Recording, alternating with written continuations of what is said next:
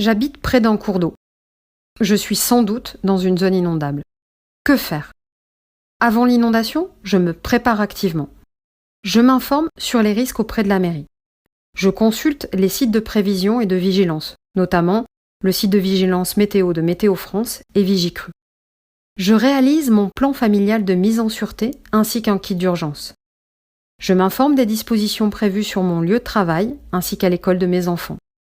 Je n'oublie pas de réduire ma propre vulnérabilité, en m'équipant par exemple de bâtards d'eau et en identifiant chez moi un espace refuge à l'étage doté d'une issue de secours, une fenêtre par exemple. J'implique mon entourage dans la préparation et je m'assure que les personnes vulnérables de mon voisinage sont préparées également. Enfin, j'identifie le lieu d'accueil le plus proche de chez moi. Une inondation est annoncée? Je ne panique pas. J'applique mon plan familial de mise en sûreté.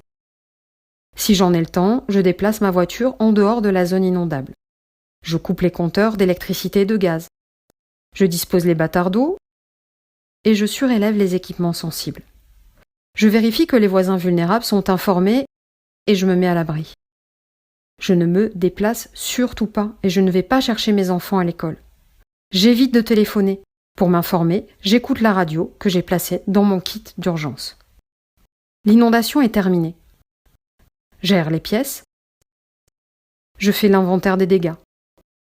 Je n'oublie pas de prendre des photos et je contacte mon assurance. Je nettoie, je désinfecte et je contacte ma mairie dans les 5 jours pour faire une demande de reconnaissance de l'état de catastrophe naturelle. Vous habitez en zone inondable? La solution, c'est vous qui l'avez. Soyez acteur de votre prévention.